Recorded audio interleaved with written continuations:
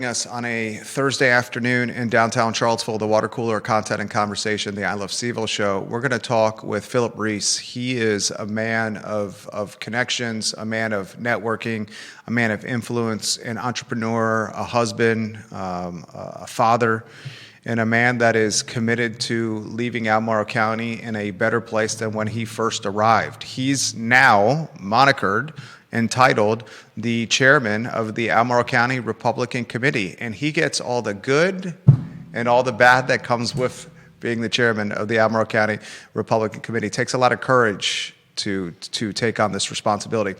One of his tasks, some would call it a dubious distinction, others would call it invigorating the challenge, is to revitalize, reposition, reimagine the Albemarle County Republican Committee, a party, a team that last put somebody into office a generation ago with Ken Boyd on the Albemarle County Board of Supervisors with the Redistricting.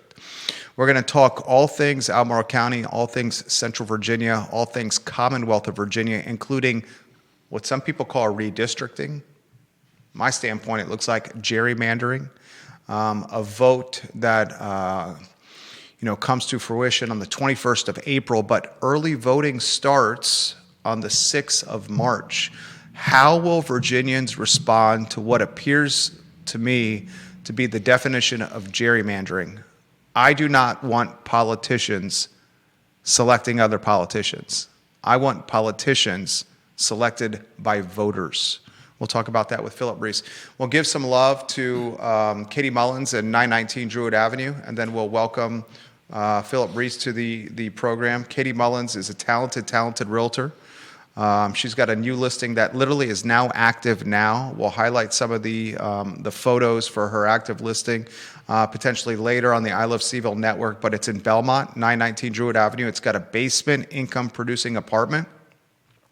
This fantastic cottage, remodeled by her husband, Ben Mullins of Blenheim Builders, and by partner Chris Coiner of Decim Design Build, and it's marketed and brought to market by Katie Mullins. Check it out at 919 Druid Avenue. It's adorable, it's well-positioned, it's well-priced, it has an income-producing basement, and it's walkable to anything super cool in the city of Charlottesville. Judah Wickhauer is behind the camera. Studio camera, if you could, as we welcome Phillip Riese to the show. You are on camera. I'm glad we are doing this. I will start the show by saying I will ask you challenging questions, but first I want to say I respect you. I admire you. I think you're an asset to Albemarle County. I think you're extremely courageous with what you're doing right here, and I'm excited to spend 45 minutes to an hour with you. Take a moment to introduce yourself to the viewers and listeners that are watching. Thank you, Jerry, for having me on the show. I appreciate this. This is, I guess this is my third time. I was on one of the offshoot shows. This is my first time. But my name is Phillip Riese. I'm the new chair of Albemarle County Republican Committee. I'm a father, beautiful wife, Miracle Riese. I got 3 kids. I got 2 kids in Albemarle County schools, and then one's going to be in kindergarten next year. So one's in 8th grade, one's in 7th grade, and then a kindergartner next year. She's in preschool right now. Business owner. I started Unlocked History Escape Rooms back in 2017, and we opened in May of 2018. So I've been doing that for a number of years. It's a fun business. It's a challenge. It's always a little risky starting a new business. But a couple years ago, the business has been successful, and a couple years ago, it allowed me to resign from my former career now. I was an intelligence officer with the Defense Intelligence Agency. I did that for 16 years, started at the Pentagon, served in Iraq, served in Germany, spent some time in Tunisia, working at the embassy, and then I ended up here in Charlottesville back in 2017, up at Rivanna Station. And so I am still very much interested in all things national security, intelligence, and so forth. But yeah, that's a little background, and here I am. How does a guy, and maybe your wife Miracle has asked you this question, how does a guy that seems to have all the T's crossed and the I's dotted, his business is humming, he's got a wonderful wife, 3 great kids, semi-retired, right? Well, I would say, I mean, this new job that I have as a chair, to do it right, it's a full-time job. But before you did it, before you took that job on, you had things that were in cruise control, and things were good. Well, now you jump into the lion's den here. Yeah, I mean, that's certainly the case. Well, for a number of years, I was working 2 full-time jobs when I was working at DIA and starting my business on the side. I would say I like challenges. I think it makes life more interesting to try to do hard things. And I think that's what we're often called to do hard things in life. I remember during COVID, when I had a little time off, I guess, from work, I was bored. Like I thought I wanted to retire early when I was in my 20s. I was like, I want to retire in my 40s. I quickly realized, especially during COVID, that's not what's meant for me, nor would I be happy, just sort of living the easy life. So taking on challenges, I guess I do enjoy that. It's a lot of stress. It's a lot of hard work.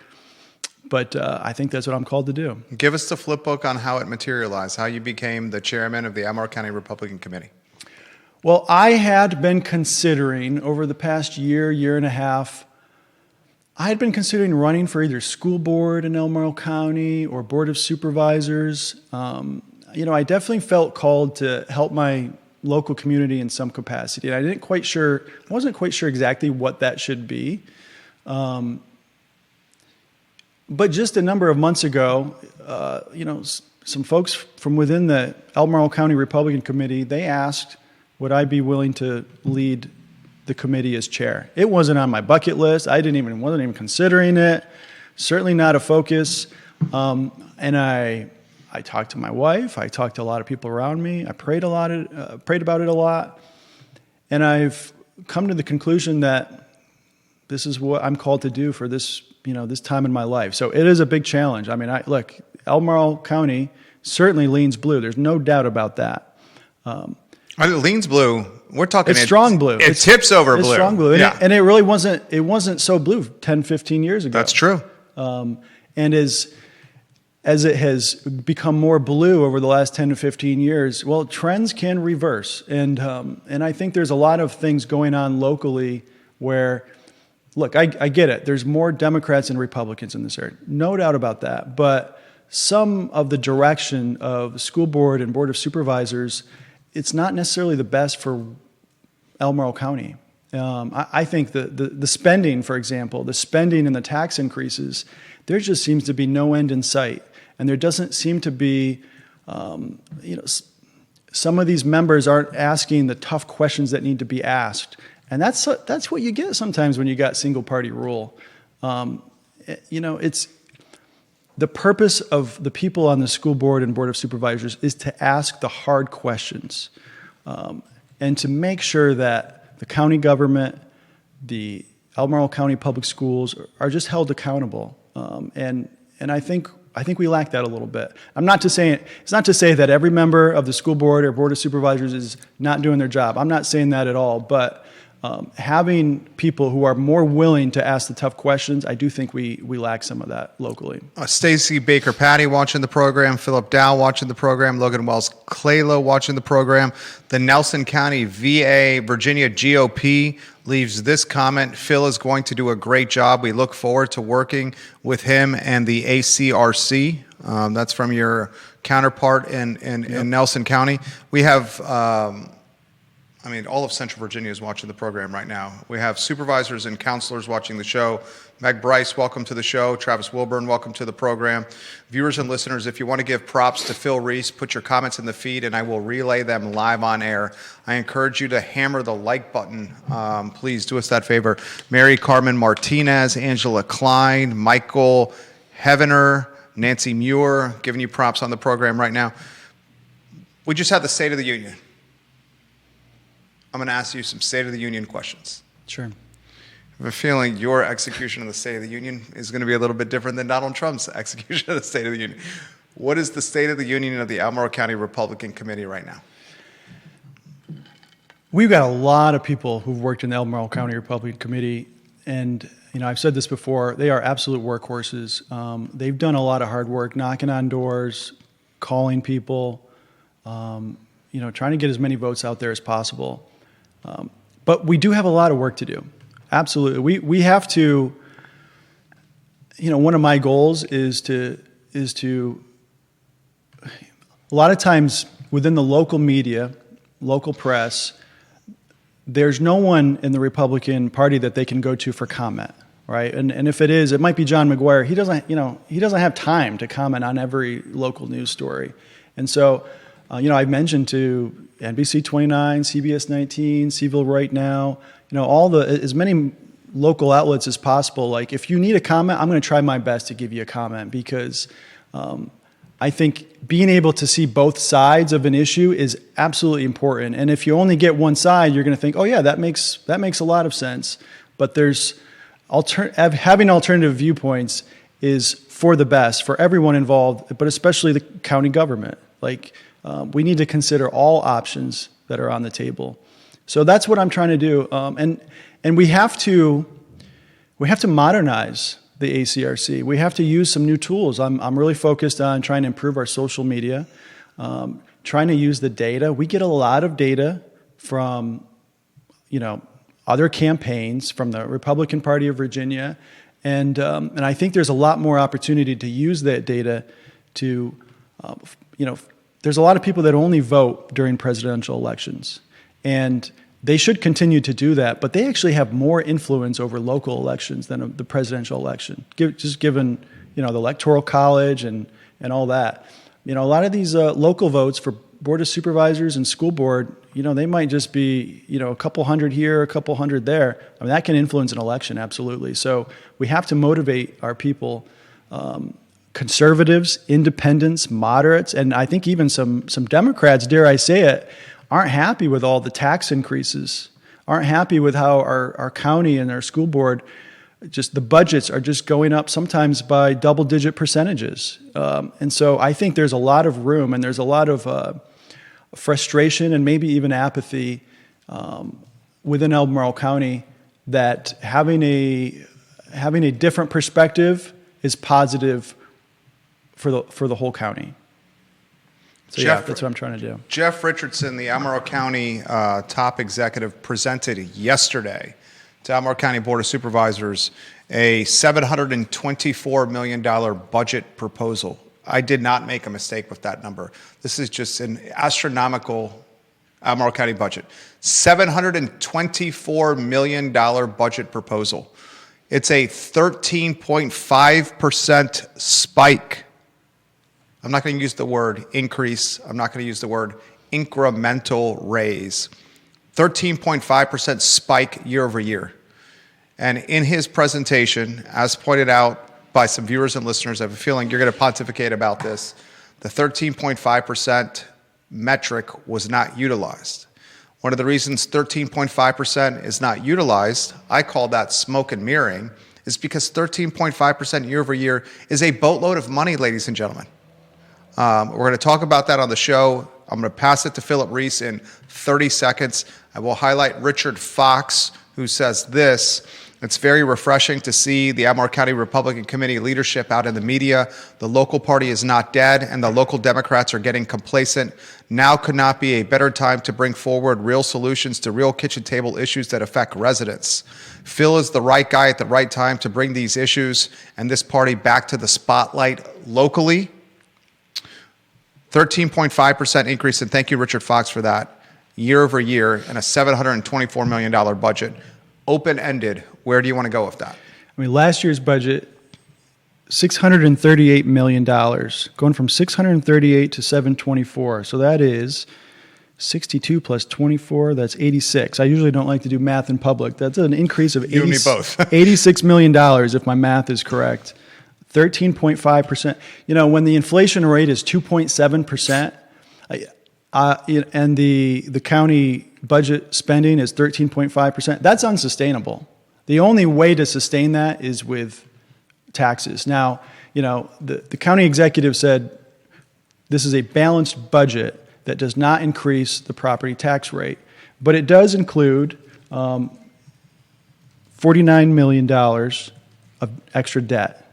Based on I was able to look in the budget, this 100-page document, looks like $49 million of additional debt $260 million over the next 5 years. That's got to be paid over time. And, they shared that right now they pay $27 million of debt service a year. In 5 years, it will be $55 million. So more and more of the debt is, or more and more of the budget is going to debt service. And so we're not getting additional amenities or value proposition from the budget. We're paying what was in the rears. Absolutely, and we're paying interest on that. They're kicking the can down the road because they understand there's a boatload of potential money, low-hanging fruit with AstraZeneca that's coming in the next 24 to 36 months. And what's an extremely dangerous business model to build is building business models on revenues that are years out. And that's what Albemarle County government is doing. They're building revenues and accruing debt service because they think that they have this rabbit in the magician's hat, AstraZeneca, on the very near horizon that's going to solve all their problems. I'm glad you brought up AstraZeneca, and I want to be 100% clear. This is a phenomenal deal for Albemarle County. This is a great deal.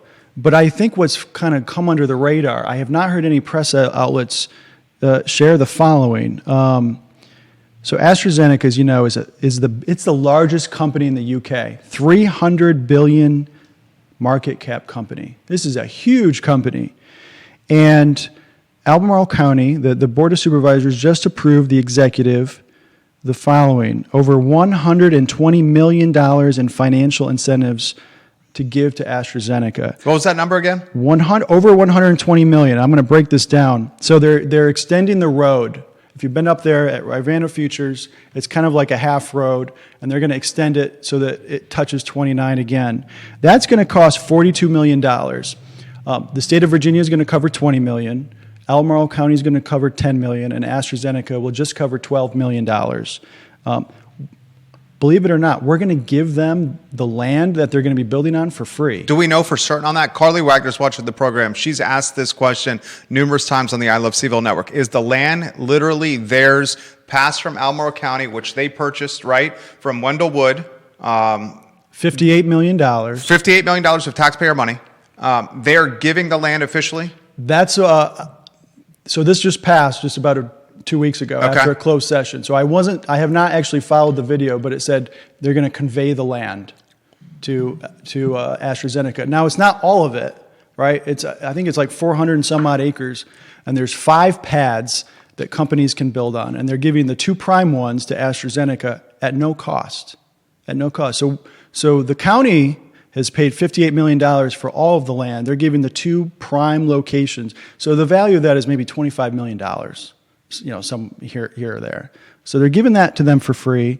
And then the board approved $95 million in financial incentives over 25 years. So, and this allows the executive to put in different targets. So if they reach a certain level of revenue or business, the county's going to get tax revenue from AstraZeneca. And I've reached out to Emily Kilroy. They have estimated... Economic Development Director, Albemarle County. Yeah. So her office has estimated that it's going to bring in, and this is good news, $700 million in tax revenue over the next 25 years. That's great. That's great. So if you look at it, we're giving AstraZeneca about $120 million in return for over the next 25 years. We'll get $700 million. I want to be clear, that's still good numbers. Was that just under 6X? Yeah. But AstraZeneca has a whole lot more money than our county. 100%. And it seems, we did something similar with Home Depot where we're just paying these large corporate firms. And why don't we do this for small businesses? Why don't we do this for other areas? Why do we only do this for these big corporate firms? AstraZeneca can afford it. Yes, we want to make sure AstraZeneca lands here. I do agree with that. I'm not in the negotiating room to, understand if we got a really good deal, but giving the largest company in the UK over $100 million of incentives, that's hard to swallow. James Watson, I'm curious of your thoughts, James Watson. Carly Wagner's watching. I'm curious of your thoughts. Mike Conscious, welcome to the program. Supervisors and counselors on the show. Conan Owen, welcome to the program. Andre Xavier, welcome to the program. Jesse Rutherford, Supervisor Rutherford, great guy, watching the program right now.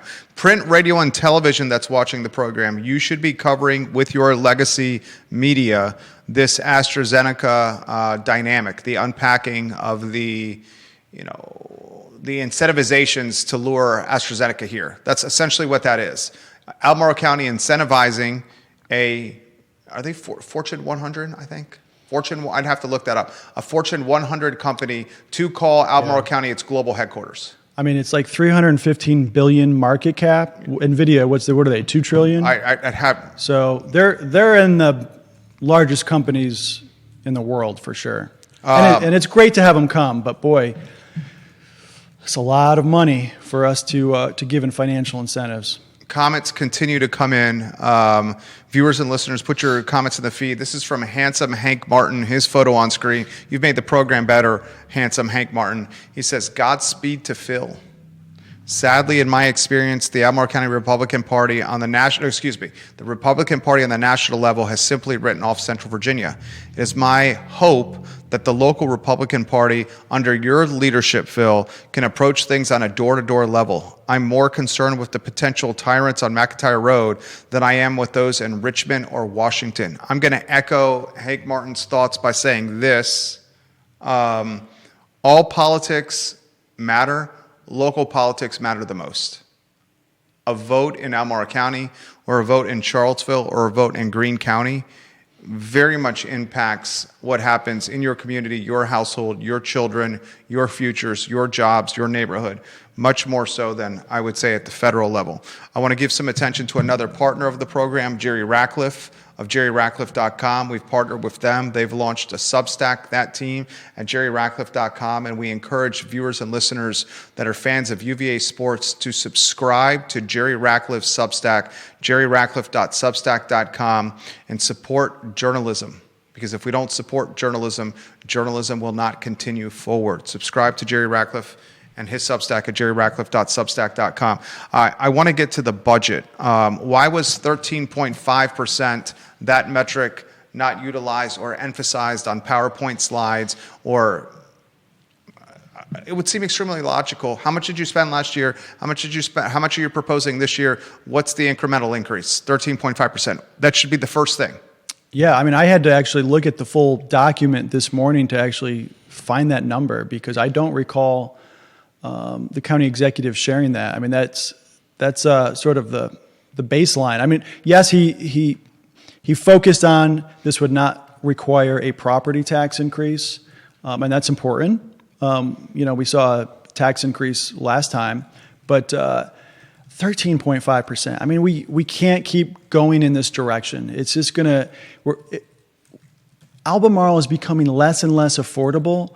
And one of those primary reasons is because taxes are going up. You can't make Albemarle affordable and keep on requiring people to pay more taxes. The tax assessments went up by an average of 6%. But if 6 and change. 6 and change. But I think if I recall correctly, for people whose houses are $20 million or less, which is almost everybody, it was about 8%. And I think you've heard on your show, people 13% or higher. Ours was knocking on the door of 10%. I mean, that's it's 2x'd in less than 10 years, the assessment. What the county should be doing when assessments go up that much, they should be trying to figure out how we can lower the property tax rate. I mean, at least it was even. I mean, that's a little bit of a win, but it should be lower. Like, why do property taxes have to keep on going up and up and up? They never seem to go in the opposite direction in this county. How about this statistic for the viewer and listener? And Judah, headlines on screen. You can do them strictly in PTI fashion if you'd like. I know you're grinding over there. We appreciate Judah Wickower behind the camera. 52 cents of every $1 Albemarle County receives goes to Albemarle County Public Schools. I'm going to say that again. 52 cents of every $1 that Albemarle County collects tied to your money, it's your taxes, goes to Albemarle County Public Schools. For the parents that are watching the program, listening to the program, that have children in Albemarle County Public Schools, I want to ask you if the value proposition of Albemarle County Public Schools has improved or upticked for your children, your lifeblood. Is it flat, or is it dipped the value proposition? What you're getting from your school system with your kids. Guess what? We got a parent here who's got 2 kids in Albemarle County Public Schools and soon to be 3, a youngster that's about to enter kindergarten. Where do you want to go with this? Well, I remember hearing 10, 15 years ago that you would have parents from outside Albemarle County who would send their kids to Albemarle County schools because of the quality of the education. And they would pay the schools to do that, given that they were out of the county. I don't hear that happening anymore. We have some of the highest cost per pupil in the whole county. I think it's in the top 10%. No, in the whole state. In the whole state. Yeah, in the whole state. It's in the top 10%. It's $20,000 per student, which does not include capital expenditures like buses, like new schools and so forth. So it's probably closer to $24,000, $25,000. I haven't done the math on that, so don't quote me. But at that cost per student, are we getting a top level education? Are our students getting that? I would say that maybe we're probably about average in the state, even though our budget would look like that we should be in the top 10, 15%. So I don't know that we're getting our money's worth in Albemarle County right now. And you look at some of the passing rates, like 3rd grade reading, it's not good. I don't have the numbers right in front of me, but it's not good, and it's gotten worse. And you look at the educational outcomes between, let's say, white students and minority students, there's like a 40 or 50% gap in that. And that's supposedly been one of the focus areas of the superintendent and the school board, and it does not seem like it's going in the right direction. It seems like it's going the opposite. Well, even the most progressive, arguably the most progressive and liberal-minded school board member on Albemarle County School Board, Allison Spillman, even acknowledged on the record that what we're doing with Albemarle County schools is disenfranchising Black and brown students. Like, she's straight up saying, what we're doing, even our fix of what we were trying to do, ain't working. I agree with Allison on that. She straight up said that. Comments are coming in extremely quickly. Nancy Muir is watching the program. She says, Phil is working very hard to represent common sense for Albemarle County. I support him 100%. Flint Engelman is watching the program, looking forward to partnering with Phil to advance conservative values in Albemarle County. Then he does hashtag AFP Skyline. Carly Wagner is watching the program. Carly Wagner's photo on screen. She's a key member of the family here. Carly Wagner says, let's be sure to follow up on the projected tax revenue. That's fictional money until it's in the bank. She's talking AstraZeneca and the $700 million that is potentially, rallied incrementally for Albemarle County from this biotechnology conglomerate. She says the cost total, the taxpayers for this land when we needed a high school is real money. And she says, correction, the taxpayers, not the county, paid for the land. It's the taxpayers that paid for this land. Absolutely. Not the county and the $58 million. The county doesn't generate any revenue. She says a tax rate increase. They definitely have increased the property tax revenue, though, for the 14,000 kids of the 120,000 population. I want to highlight this. The Albemarle County executive, Jeff Richardson, said, hey, I'm not going to raise the tax rate. We're not going to raise the tax rate. And he kept driving that home yesterday. And that was the headlines by some of the legacy media. I think NBC 29 had this. There's not going to be a tax rate increase. The headline should have been this. County executive proposes 13.5% budget increase, eclipses $700 million for Albemarle County as assessments uptick 6 to 13% across the board for county residents. That's the true story of what's happening. And county residents, we're still paying Albemarle more money. Why we're paying Albemarle more money is because the assessments have gone up. If it was truly a balanced budget for Albemarle Countyans, the tax rate for real estate and personal property would have diminished to offset the 6 to whatever percentage increase that our land and property values have upticked. It's spin doctoring what's happening by county executive and the supervisors. And we've all fell victim to it over the last generation. I've been here 26 years. And as you highlighted, it was never this blue. It was more a purple hue. But for some reason, it's so blue now. either, you know what it is? It's either Albemarle Countyans it's three things. It's either Albemarle Countyans are so filthy rich that they don't care. Could be that. It's second thing, Albemarle Countyans are apathetic and they don't care. Mm-hmm. Or it's the third thing, Albemarle Countyans have just given up. And they just take it where the sun don't shine because they know they don't have any other choice. That's terrifying. All three of those is terrifying. Well, the best situation is they're so filthy rich and they don't care because at least they're in tune mentally with it. But that's still terrifying because that shows a county that's been homogenous and gentrified and is a playground for the rich. I think on your third point, I think there certainly is some apathy, and I'm trying to change that. And I think if you're listening, if you're conservative, if you're independent, if you're moderate, if you're frustrated when you get your tax bill in the mail and you just see it go up by 6, 10, 15%, I want to give a voice to you. I want you to help, be the change in Albemarle that we need. And I'm trying to do that. It's an uphill battle. It is not easy. It's going to take a lot of work. I need a lot of help to do that within the ACRC, but just even generally, having people show up to public comment, having people send emails to their board of supervisors and school board members, that does have some influence. A lot of times, when no one comments on a certain policy, the school board and the board of supervisors think, well, no one had any problems with it, so I guess it's okay. And we got to have people who are more willing to speak up, even if you don't identify as a Republican, but you have some concerns with where we're going. Speak up. I think there's a lot of opportunity there. Dr. John Shabe watching the program, the owner of Pro Renata, big fans of Dr. John Shabe. Bob Shada, the mayor of Birdwood and the vice mayor of Vivace Restaurant, welcome to the program. 2 counselors, 2 Albemarle County supervisors, Nelson County supervisor, Louisa County supervisor, and a delegate watching the program. Mona Daniel says, I'm very proud to see Phil serve our community with integrity, transparency, and commitment. Mona Daniel, fantastic human being, as is her entire family. Trevor Daniel, we'll give him some props on the program as well. James Watson's photo on screen. I like the incentives for AstraZeneca as long as they improve the roadway and transportation options because we know that there's already some level of gridlock and likely a lot of land acquisition would have to take place to build any kind of highway bypass to ease up traffic there. I'm going to add some background to what James is saying. AstraZeneca's, when they come online, 600 employees, average wage of $125,000.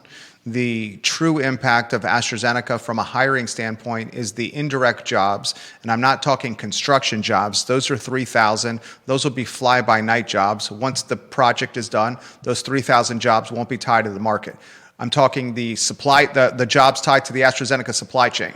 There's going to be a boatload of businesses that are birthed around AstraZeneca and Paul Manning Biotechnology Institute that want to, I hate to use the word leech, that's the wrong word, that ride the coattails of a global conglomerate like AstraZeneca and of the state-of-the-art educational institute like the one on Fontaine Avenue that's about to open. So I've been told by the people that sign the checks that the incremental citizen impact tied to biotechnology is 6,000 to 8,000 people. And there's a partner of the program, Stanley Martin Homes. We'll give them some attention. They're building a couple of thousand homes in Greene County on the Albemarle Green Line, which is genius because that's right where AstraZeneca is going to be. Stanley Martin is dedicated to building homes that cater to each person's unique needs and lifestyles, high-quality single-family homes, townhomes, and condominiums designed and constructed with innovative techniques to ensure exceptional efficiency and aesthetic appeal. If we have 6,000 to 8,000 additional citizens, Philip, we already have a throttled housing market. It's extremely throttled. In the next 24 to 36 months, where are 6,000 to 8,000 additional people going to go that are earning 6-figure salaries in Albemarle County, Charlottesville, and Greene County? I think that's a great question. I used to work right at Rivanna Station, which is where AstraZeneca is going. So I talked to a lot of the folks working at INJIC, working at DIA, and I don't know the exact percentages, but probably half of them live in Greene County or one of the other counties, just because it's so close to the border on Northern 29. It's definitely an issue. There's not enough supply for housing in this area. And, I've talked to some developers and kind of understanding the obstacles, and it is a complicated issue, but I don't think the county government makes it easy. The county, Albemarle County, it seems like their primary strategy is to increase taxes so they can subsidize affordable housing. And so in other words, they're making housing less affordable for everybody else in order to focus on a certain segment of affordable housing. That's 100% what's happening. That is what's happening. That is what's happening. He's basically saying who is that? That's Robin Hood. That's Robin Hood right there. That Albemarle County is Robin Hooding the middle class and Robin Hooding the upper middle class, the lower middle class, and the upper class to give to the poor. Yeah. I don't think it's the best strategy. 100%. It's gentrifying us. It's not only that, it's not going to, when you force developers to have certain levels of affordable housing and they don't pencil out. Yeah. When they don't pencil out, they don't build. That's right. There's nothing that can force developers to build. So if you put these requirements that you must have 20% or 40% or whatever these requirements are, that ends up meaning that there's less housing being built than more. Bingo. This is this seems like, and I shouldn't take this for granted. You're off the charts bright guy, but this seems so obvious. Does this not? It's not obvious to everybody. That's okay. Clear. So I'm taking it for granted. Is that what it? What's? I mean, does this not seem obvious? It doesn't look like that's the strategy. Looks like let's raise taxes and let's subsidize affordable housing. That seems to be the strategy in the county. So it's not obvious to a lot of folks in the local government. The Robin Hood of housing is what's happening with the Board of Supervisors. John Blair's watching the program. This dude's literally off the charts IQ.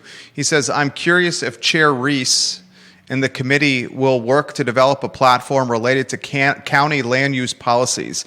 That's an enormous issue for local voters. See, this is the tricky thing about this job because I'm not running for elected office, and usually it's the candidates that will come up with proposals. But I also see that there's a need to give some alternative viewpoints because we don't have them locally. So I think for the folks who are very interested in land use and all that, we need some help. Like I'm not an expert on land use. I have talked to a number of developers, and I've got a lot of friends who can't afford housing in this area, and they've been searching for a year and a half, and nothing's affordable. But the ACRC needs some help. If we're going to develop a policy, I want smart people and helping design that policy. So that's certainly something I'm interested in. So if anyone's interested in that, help us draft some policies. I think there's certainly a lot of opportunity for that. Comments continue to come in. Mary Carmen Martinez giving you props. Angela Klein giving you props. Grace Bolden Cotton giving you props. Cole Bittler giving you props. Boatload of elected people watching the program now. This comment comes in from Blake Hoxton. It's easy to spend money. It's much harder to spend it effectively. It's obviously the money is not going to things that are helping these kids. I think parents feel like they aren't being listened to or that their voices do not matter. The school board seems to do whatever they feel like doing regardless of what is best for students. Jason Noble on a completely different Facebook page. This show airs everywhere on social media. 15 Facebook pages are airing this. He says, Jason Noble, my family spends a ton of money to avoid Albemarle County Public Schools. Our family, I've said this on the program as well, is spending roughly $25,000 for the second grade for our oldest kid at a private school, on top of paying our tax allotment for ACPS. So we're double paying for school. Yeah. I think there's this assumption that they're seeing a lot of housing going up, and so the enrollment in the schools is going up. But if you actually look at the data, since 2018, I think that's when Dr. Haas started as superintendent, the schools have only increased in enrollment by 160 students. And part of that was COVID. People dropped off, but they haven't all come back. Only 160 students since 2018. How many staff members has Albemarle County hired in that same time? 269. So if you had one student, you're going to hire 1.7 staff since 2018. Who on the school board has called out this? He's on fire. This is incredible. Insanity. I saw a Crozet Gazette come out with this information. I'm like, I don't believe it. I don't believe this chart. I think I shared that chart with you. I did the math myself. I went into all the sources. I'm like, it's right, and it is bad. So the student enrollment has only increased by 1%, but the staffing has increased by 6, 7, 8%. I mean, this is financially unsustainable. And are we even getting our money's worth? Are we getting a super high quality education with the amount that we're paying in taxes for our schools? We should be in the top 10% of Virginia, and we're not. We're absolutely not. Gary Grant watching the program. Gary Grant says the county executive and the Albemarle County Board of Supervisors will not use the term tax burden. The average burden for property owners for fiscal year 2026-2027 is 6.17% because that's the average reassessment increase countywide. You both are correct. The zero increase in the tax rate announcement by the county executive is not the headline. Here's what's happened. This is such a sad state of affairs what's happening. Folks, we shoot you straight. It's, I think, why the show is really working. The legacy media, print, radio, and television is literally dying. And as a result of a slow death tied to advertising revenue that's going by the wayside to print, radio, and television, they've stripped staff, and the staff that is currently hired or in place are fresh out of college people. And the fresh out of college people are turning news that is often press releases repositioned. So the news that you're getting from print, radio, and television oftentimes is what the county or the city or government wants you to read, hear, or understand. That's not how it used to be. The lead of the story of what happened yesterday is a year-over-year increase of 13.5%, a budget that's over $700 million that's been proposed, and the fact that Albemarle County is increasing its debt position and dipping into reserves. I pass the baton to you on that. Well, NBC 29 interviewed me after that budget proposal that was revealed yesterday, and I said a few things, but I told the reporter, Kate, I said, look, it's going to take me some time to actually dig into the budget. And it was amazing. I had to open this 160-page document in order to get the 13.5%. And I had to do the math myself. It's not that hard math. But the fact that wasn't a data point that was talked about yesterday or even asked by the school board, and I think they had the whole budget proposal in a binder before them. I didn't have that, but that's fine. The fact that we have to actually do work to figure out that it was 13.5%, we need more transparency. We need more transparency.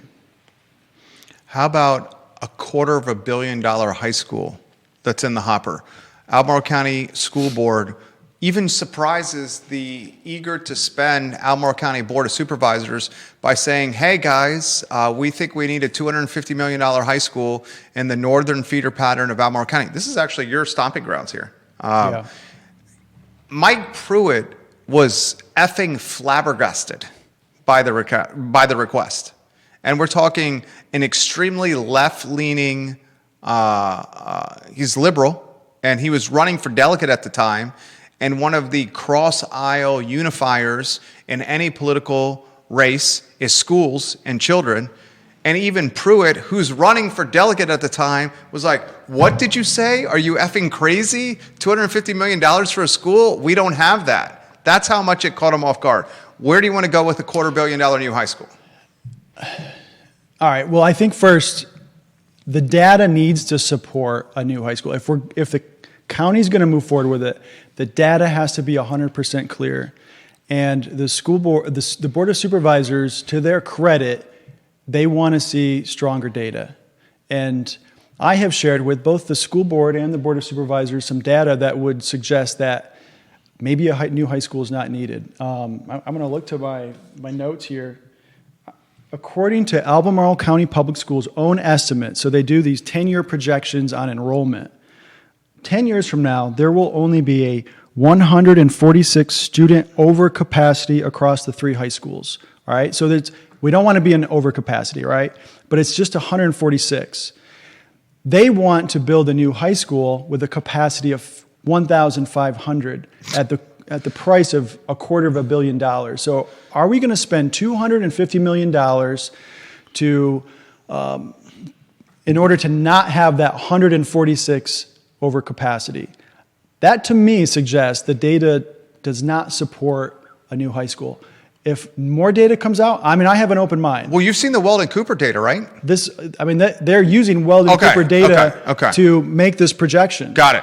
So this is the Weldon Cooper data. This is Weldon Cooper's. This is Albemarle County's own data that suggests that estimates a 146 high school overcapacity.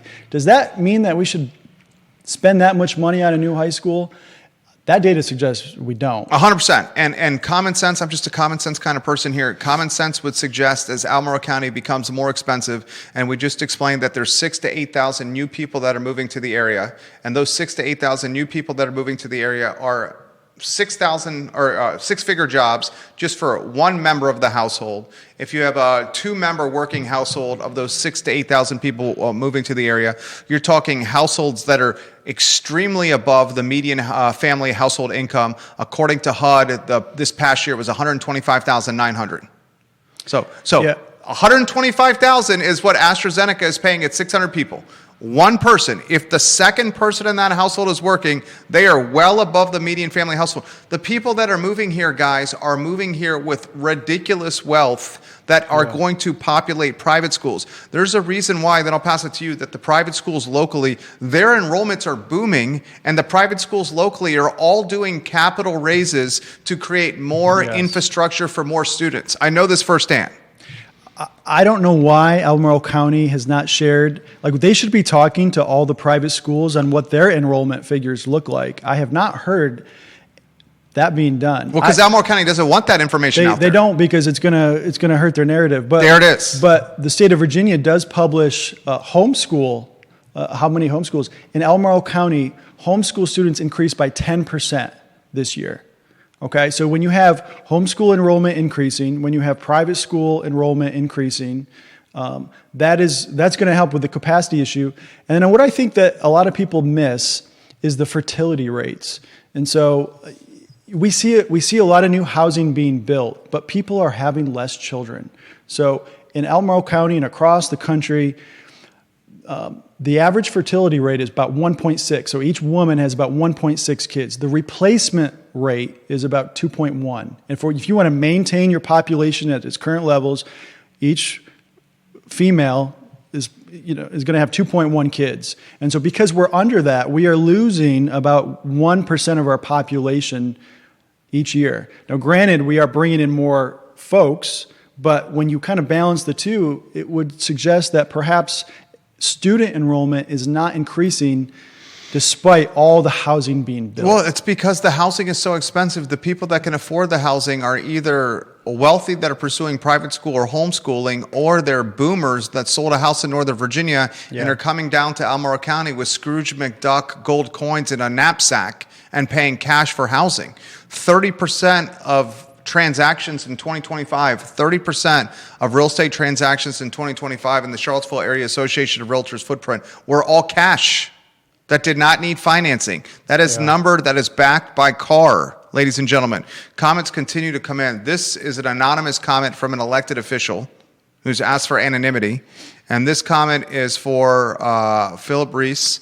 An anonymous question for your guest. The issue I see is how to balance growth and funding the infrastructure needed to support that growth. To play devil's advocate here, is it necessarily a bad thing for people to live just over the county line, which means we won't have to pay for the schools, water, and other infrastructure?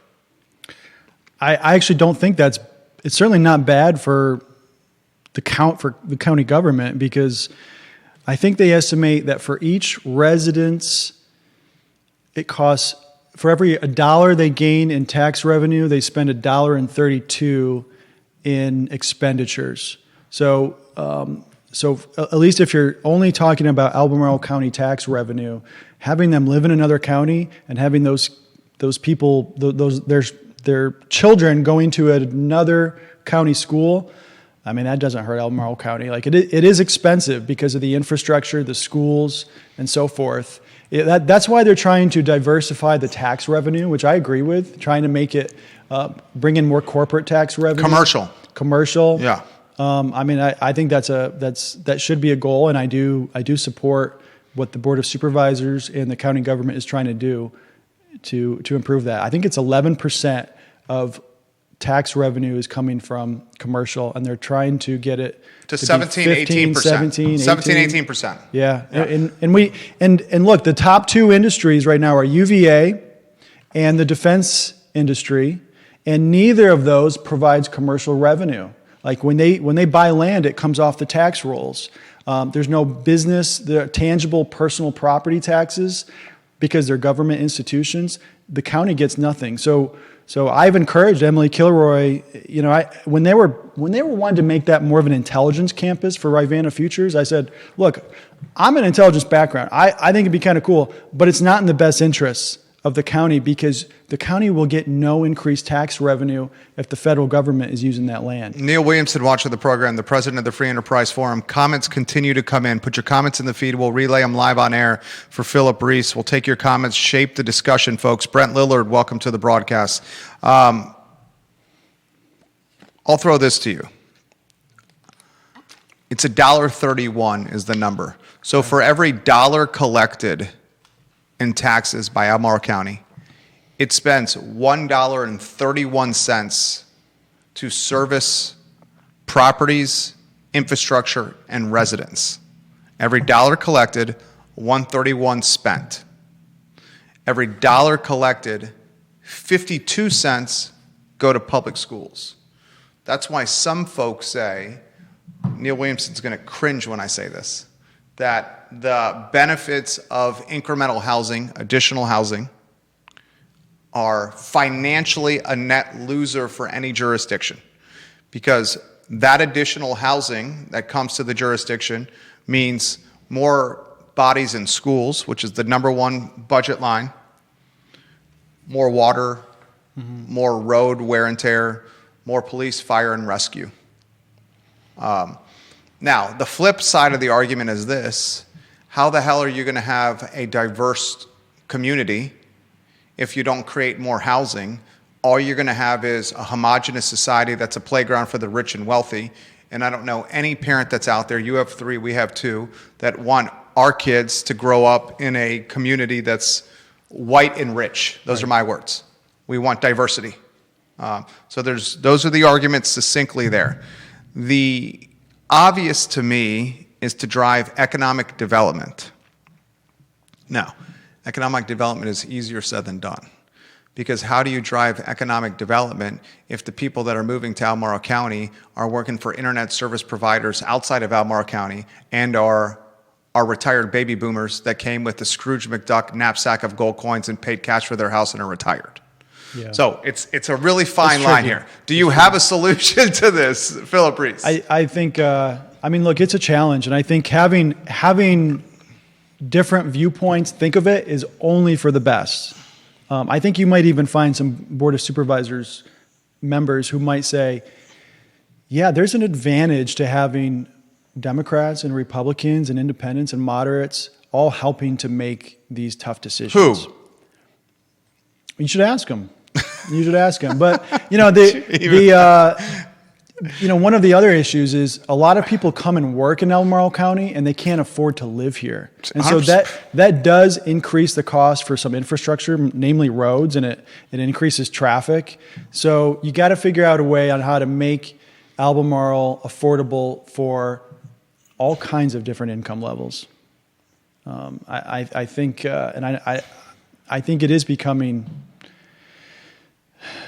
just a place where only the wealthy can afford. It's a playground for the wealthy is Albemarle County, and the folks that were able to purchase a home pre-COVID or during the pandemic and secure historically low interest rates, or pre-COVID before the real estate boom, are the ones that can afford to live here. Yeah. Don't ever sell your house. because the chances of you buying something else in Albemarle County are extremely difficult. The values have spiked tremendously, and now you don't even have 2 points or 3 points on your debt. You're at 6 points on your debt. Yeah. Okay, so you all know this. I'm not telling you anything new. Elliot Harding's watching the program. Elliot Harding is very politically connected. If that's not somebody that's on your short list over there, Elliot Harding should be on your short list there, Chairman Riese. He says, personally, I wish the county would just quit cutting the city's check for the revenue sharing agreement and increase the growth areas. He says the growth areas, which are now 5% of Albemarle County is allocated to development. I'm going to do Neil Williamson a solid by saying that 5%, not all of it can be developed because of the topography. I'm now going to do former Supervisor Diantha McKeel a solid, who sat in the chair next to you and said, honey, we ain't increasing the development area until the development area is at capacity.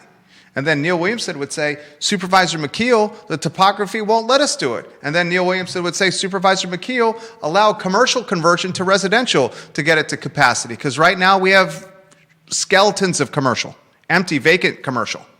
I'm not in favor of increasing the growth area. I'm curious of your take on the revenue sharing agreement and the growth area expansion. I'd love to talk. Let's talk about the revenue sharing agreement. You're doing a hell of a job, by the way. I appreciate that. The fact that no supervisors are challenging that revenue sharing agreement, nor have they asked our local delegates, Amy Laufer, to change the law to allow Albemarle to get out of this agreement. This agreement has no sunset. I think it's $25 million a year that the Albemarle County taxpayers are sending to the city of Charlottesville with no end in sight. I mean, if nothing is done, we're going to still have this agreement 50, 100 years from now. And what that allows the city of Charlottesville, they're able to pay their teachers more. They're able to provide some services because Albemarle County is sending all this money to the city of Charlottesville. City of Charlottesville is able to get a full fleet of bus drivers to get kids to school on time and home on time, where Albemarle County is still struggling to fill its bus driver staff. How's that revenue sharing agreement looking for parents who are sitting at bus stops with their kids in the freezing cold? Sincere question for you. $25 million of your taxpayer dollars are going to the city of Charlottesville, and city of Charlottesville is doing nothing. And that number is increasing every year. I would like to see the Board of Supervisors to talk to the county attorney. You know, I think maybe there should be a lawsuit or something. Look, I have a business in the city. You know, so I care about how the city's spending money. I care about how the county's spending money. But if you're representing the county, you have to put the county's interests first. And I understand the desire to have friendly relations with city government. I get that. I do support that. But to let this agreement, to not try to either renegotiate with the city, maybe you can give sort of a 1 or 2 years of 60 million or 70 million. We have to figure out how to get out of this agreement because it's making it less affordable to live in Albemarle County. And it's taking 3-4% of the budget every year. How much could $25 million be used to improve how much we give our teachers? Well, how about just make the $25 million a year that's the revenue sharing agreement to the city of Charlottesville allocated every year to housing affordability, and then say we're going to reduce the real estate tax rate on Albemarle Countyans. Say like, we're kicking Charlottesville 25 mil, let's give that to affordable housing initiatives, and then we're going to say, Albemarle Countyans, you're going to pay less taxes because we're going to lower the tax rate because we know your assessments are going to go up every year. Conan Owens watching the program. Albert Graves is watching the program. Olivia Branch, Philip Andrew Hamilton, Holly Foster watching the program. Todd Williams watching the program. More people than I can keep up watching the program right here. We'll give some love to Charlottesville Sanitary Supply and Charlottesville Swimming Pool Company. The Vermillions are 5 generations in Albemarle County. I can assure you that John Vermillion's watching and listening to this program. He's a good man.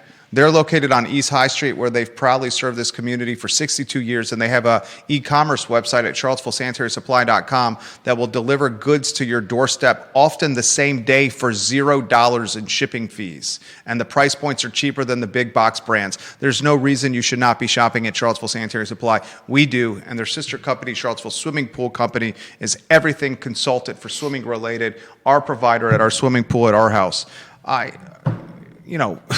Phil, you speak a lot of common sense, dude, and I think it's going to be up to you to this is the biggest challenge you have, and this is probably the toughest question I'm going to ask you here. This is without question the toughest question I'm going to ask you here. For the Albemarle County Republican Committee to make any momentum in diversifying the ideology of bleeding blue Albemarle, you are going to have to navigate or thread a needle that distance the Albemarle County Republican Committee from Donald Trump, who's as polarizing a president as we ever had and has certainly driven incredible momentum for Democrats and gaining market share locally. And doing that while also threading a needle that our mission here is going to be about keeping more of your hard-earned money and your saved money in your pocket as Albemarle County residents. It seems to me your mission in succinct capacity and fashion is a vote for us or a fundraised dollar for us or a volunteered hour for us is an effort for Albemarle Countyans to keep more money in their pocket. How do you navigate distancing yourself from maybe the most polarizing president of all time, one that clearly has driven massive momentum behind the Democratic Party in Albemarle? Is that fair to say? Yeah, that's absolutely fair to say. To this new version of the Albemarle County Republican? Well, I would say this. If voters are going to decide who to elect at the school board and board of supervisors because whether they like Donald Trump or not, if that's the basis, we're going to struggle. And I think if voters are more focused on what's actually happening locally and having an open mind and finding independent voices, moderate voices. It doesn't necessarily have to be a Republican who's running for these races. I'm not opposed to strong independents running for some of these local races. And with a common sense approach, I think that's a strategy. And I'm going to try to support candidates who are focused on local issues. And look, if you don't like Donald Trump, I got some good news. You won't have to, he's not going to be on the ballot again, right? And Donald Trump, look, no one has said this. I'm going to say it right now. AstraZeneca would not be coming to Albemarle without Trump's tariffs. And I know that might scratch some people's heads, but if you actually look at what the AstraZeneca CEO has said, and he's talked to other pharmaceutical companies in Europe, they are moving a lot of their operations from Europe to the U.S. because of these tariffs. I was very skeptical on these tariffs, right? I'm kind of a free trade guy, and I see, and I look at the inflation rate, and it's 2.7% despite these tariffs. So I have an open mind. Like I don't know that I want a lot of increase in tariffs, but without those tariffs and without Glenn Youngkin going to Europe and talking with these pharmaceutical giants, these CEOs, and then the cooperation with the local government to get this deal done. That is one of the best things that's happened to Albemarle County, and I get it. Trump is not popular. I get it. But there's a lot of opportunity when Republicans and Democrats are working together, and people are frustrated. They're frustrated, I think, with both parties. I think they're frustrated with both parties, and I think they want to see Washington and Richmond and here in Albemarle County, both parties finding practical solutions to the issues, and unfortunately we're not seeing that in Richmond. We're not seeing that in Washington. I don't know if that's possible in the next 5 or 10 years, but I wouldn't be taking this job if I wasn't optimistic in that. And I think there's a lot of opportunity for common sense approaches to these issues. And I'll just leave it at that. AstraZeneca also would not be coming here if it was not for Albemarle Countyans purchasing the acreage in northern Albemarle from Wendellwood and a sweetheart deal for Wendellwood, because this was afterthought acreage that would have been incredibly difficult to develop. And AstraZeneca certainly would not have come to Albemarle County if taxpayers had not gifted one of the biggest companies in the world $120 million in tax incentives. But to your point, the tariffs, Youngkin's diplomacy and negotiation also have contributed to this headquarters here. Carly Wagner, the committee, you're the chair of, will also have to dismantle the passionate narrative that all conservatives are racist, homophobic, Nazis, and that's how Republicans and conservatives are silenced. Many conservatives despise Trump just as much as the progressives. Richard Fox says, yes, you absolutely have to distance the committee from Trump. It's 100% necessary. Then Jason Noble in the same feed says, I would caution with distancing as to not overshoot. So I think even Republicans are splintered on the political science of and this shows you the influence and the impact of Trump. We're talking about him in Albemarle County, ladies and gentlemen. Just shows you the impact and influence. Another thing we should talk about here, and we're gone 70 minutes straight. You still good on time? I'm good. Okay, sorry. Redistricting. I call it gerrymandering. I don't know. Curious of what your take is on that. You might be more diplomatic than me. The General Assembly is Democrat. The governor is Democrat. Was it Senator Lucas? She had a Portsmouth. Is that where she is? Portsmouth? Yeah, that sounds right. She screamed 10-1, baby, and she also offered a couple of profanities with 10-1. The Democrats want redistricting in the Commonwealth to basically be a Democratic stranglehold where Northern Virginia is going to determine what happens in the rural areas, and where basically the General Assembly today is going to pick politicians for tomorrow. I want a world where politicians don't pick politicians. I want a world where voters pick politicians. But that's not what's happening. Early voting starts a week from Friday, a week from tomorrow, and then the actual vote's the 21st of April.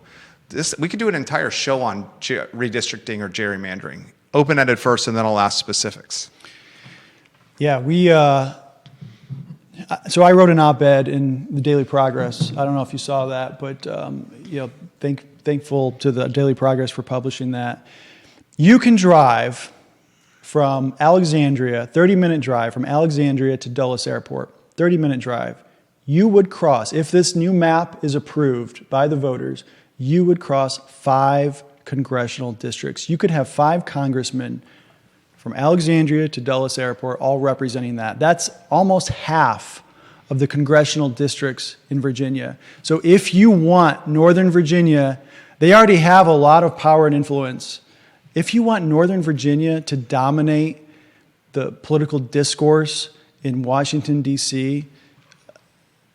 for the state of Virginia, I mean, vote yes. But I don't think people of Charlottesville, I don't think people of Albemarle, I don't think anywhere else in the state of Virginia is supportive of giving Northern Virginia all that influence. They already have a ton. Why do we need to give them more? I think your point that voters should elect their politicians, not politicians selecting their voters, I think that's absolutely on point. And we've seen these maps drawn to favor only Democrats. You had one of the persons, I don't remember his name, it's somewhere a little bit north of us, who was involved in the Democrat effort to change and actually design where these boundaries should be. He's now running for a district that he helped draw. And New York Times pointed that out, the hypocrisy. When you have 47% of people who voted for the Republican presidential candidate in the last election, and you want to bring that down where only Republicans have 9% of the representation, 1 out of 11 seats, even if you're not a Republican, I mean, that would be unfair if it was that happening to Republicans or Democrats. I'll tell you right now, I think gerrymandering is wrong, whether it happens in Texas, whether it happens in California. I don't have any influence over those 2 states, but we have influence here in Virginia. And we had a bipartisan commission. In 2020, we voted on a constitutional amendment. 73% of Albemarle residents said, we do not want gerrymandering. We want a bipartisan commission that draws the maps fairly. What year was that? 2020, 6 years ago. And what we've seen is the Democrats, they are trying to fast track this to the 10th degree on getting this constitutional amendment passed. We're one of the only states in the whole union that has a constitutional amendment to have a bipartisan commission draw our maps. And we want to get rid of that in just 6 years. And they say it's temporary. Well, it's the next 3 congressional elections. This would far outlast Trump. Trump only has less than 3 years left. They want this new map, this 10-1 map, to be in place for 4 years after Trump is out of office, right? I understand there's a lot of Democrats in this area, but if Virginia chooses to gerrymander as bad as this is, this would be one of the most gerrymandered maps. This would be the most gerrymandered map in the whole United States. It would be much worse in Texas and much worse in California. If Virginia does this, I think what we're going to see, we're already seeing it, is more and more states are going to gerrymander their maps, and it's just going to be a race to the bottom. You're going to have essentially the same number of strongly held Republican seats and strongly held Democrat. And when you have more gerrymandered maps, you get more of the extremists or the far right or the far left representing those districts, and it hurts. It hurts the moderates. It hurts the independents. And I think at the end of the day, yes, there are more Democrats in Albemarle County than Republicans, but the independents far outweigh the number of Democrats and the number of Republicans in this county and the state of Virginia. If you want extremism, in Virginia, if you want extremism around the country, you should be voting no against this gerrymandering, against this amendment. And early voting starts next Friday. We are the Albemarle County Republican Committee. We're having a speaker forum. We got delegates Tim Griffin and Tom Garrett coming next Thursday to talk about this. We actually invited the local Democrat Party to co-sponsor it with us. They didn't want to have anything to do with it. Well, of course not. I personally invited Amy Laufer to come be one of the speakers. Silence. They don't want anything to do with this, and that's why.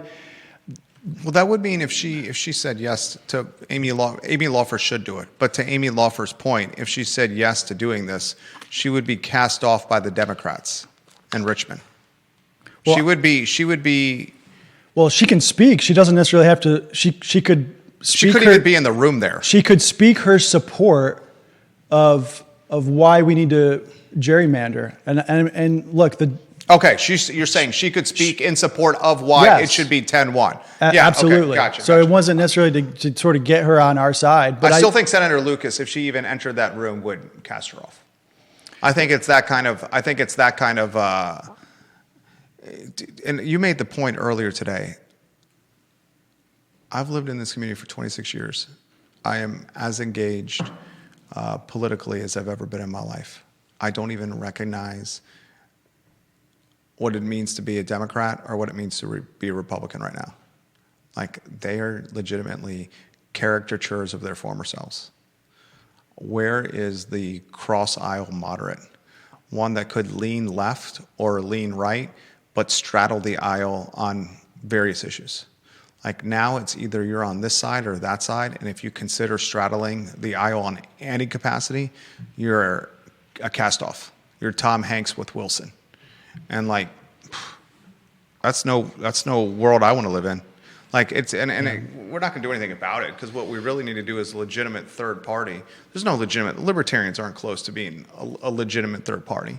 And some of the stuff the libertarians are doing, I'm like, what are you doing here? If anything, it should be like a splintered off version of either the Democrats or the Republicans that are like more in the middle. Like, maybe that's what we're trying to do here. You're trying to do here. I don't know, but I mean, it's tricky. I mean, like, it's a politics.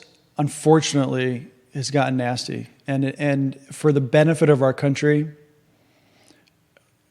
we got to improve we got to improve the discourse. We got to be able to have Republicans and Democrats talking at the same table, talking about issues. It's for the best of our country. And if we're only going to just name calling and, this person's a Nazi or whatever, that's not going to get us anywhere. That's not for the best of our country. If I didn't believe that it's possible, I wouldn't be getting involved in politics. I think you have to be an optimist to get involved in politics. And I do believe that there are opportunities to improve the local discourse and the national discourse. And, I was at the budget presentation, and you had a Democratic supervisor who just said, congratulations on your new role. I was talking with 3 supervisors yesterday, and I appreciate that because there's good discourse about it, and I don't, when we are closed-minded to what the other side thinks, our county and our country are going to lose. This was sent to me by someone over the weekend that has not given me permission to use their name, but I will relay what they passed on to me. This is direct message capacity. Redistricting or gerrymandering, and Judah, I think this will resonate with you. This individual says redistricting, connected individual, guys. Redistricting or gerrymandering erases our culture of a republic for that of a democracy, something our founding fathers would have been against. It redistricts to give even more power to the more populated D.C. Northern Virginia area and takes away power from the less populated rural areas. In turn, this gives city dwellers control over rural folk. It eliminates a balance of power in the Commonwealth, akin to an atomic bomb. No, akin to tyrannical power and a threat to life, liberty, and property for all? Absolutely. And he sent me that in response to Don Gathers, who on the show said, what Trump is doing is an atomic bomb on Virginia, basically, and I pushed back. That we have to respond, yeah. And I pushed back on Don Gathers. We're 81 minutes in. I'm feeling he's got a business to run. We got to go make some money here, too, so we're going to wind down the interview. I'm not going to get to all the comments that are on the feed here. I'll add Conan Owens because a lot of respect for Conan Owen.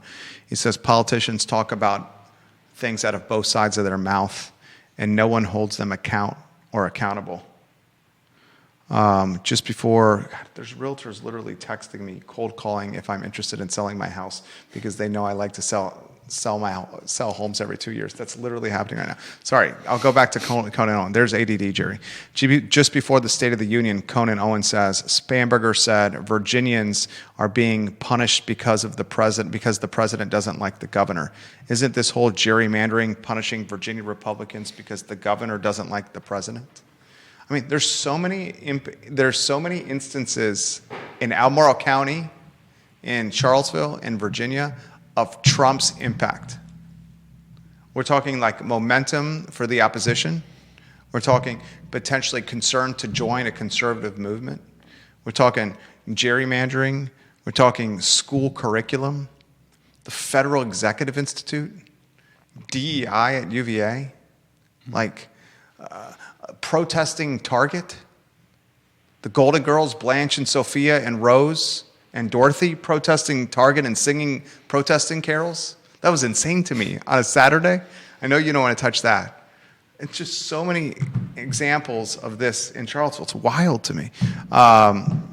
Closing thoughts, as much time as you want, anywhere you want to go. I want to roll out the red carpet to you in future. I think you're a great guest.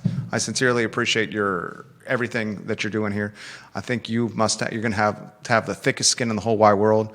I think you mentioned your wife's name is Miracle. She sounds like she's an amazing lady. Absolutely. To green light this. Miracle, if you're watching this, to green light what your husband's doing here. I definitely married up. I mean, there's no doubt about that. He outkicked his coverage over here. Miracle, you're to green light what he's doing here. Props to you. Anywhere you want to go. And by green light this, I mean the fact that you're you're volunteering your time to do this. You're not getting paid to do this. That's correct. How much time are you putting into this? Well, I've been on the job for about a week. I don't know if it will always be this busy, but yeah, I mean, it's a full-time job over this past week. This guy is given 40 hours of his time for free to do this in a community that is overwhelmingly Democrat.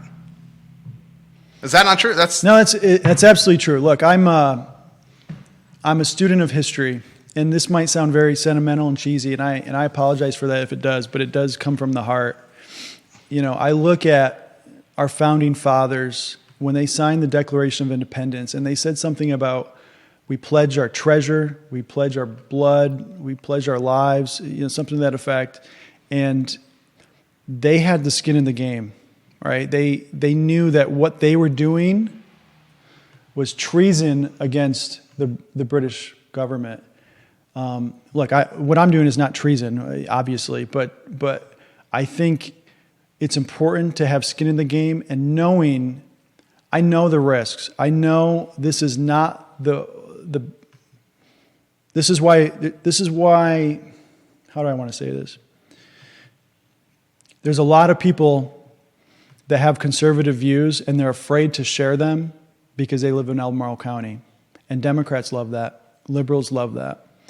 And if I'm asking conservatives and Republicans to speak out,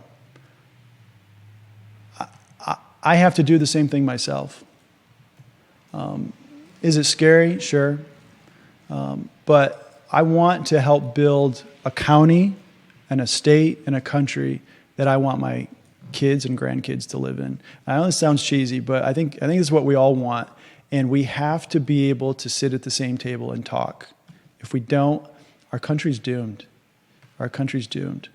So, if for any listeners kind of on the fence, maybe they're frustrated with how things are going, whether you're conservative, whether you are independent, whether you're moderate, I invite you to come to an ACRC meeting. I want to have a big tent. I think that's the only way to move in the right direction. And are we all going to agree on on everything? No. I mean, there's not one candidate that I will agree on him or her on everything, and that's not realistic. But if you want to have a role, if you want to help, I need the help. The executive committee of the ACRC needs your help. The existing members of the ACRC needs your help. You are invited with open arms, and I believe to the bottom of my heart that we can have a positive direction on where Albemarle County is going, where the state of Virginia is going, and where our country is going. Guys, his name is Phillip Riese. He is on social media, so you can find him. He is the newly minted chairman of the Albemarle County Republican Committee. Most importantly, he is a husband, a father of 3, and he's looking to make Albemarle County a better place. I thought you went 90 minutes, dude. You crushed it. Thank you. Yeah, sincerely mean that. I thought it was awesome. The interview is available wherever you get your podcasting and social media content, literally on every single platform, and in some cases like Facebook, airing on 15 respective Facebook pages at once. There's no platform in Central Virginia, period, and I think you would find few in the Commonwealth that are reaching the amount of people that we are viewer and listener-wise. Judah Wickower is the magician behind the camera. He did not contribute on air today, but he carried the weight of the program off camera, and I sincerely mean that. Props to Judah Wickower. This is the water cooler of content and conversation. Thank you for joining us. For Phil, for Judah, my name is Jerry Miller. So long. Nice to dude. He's going to tell us what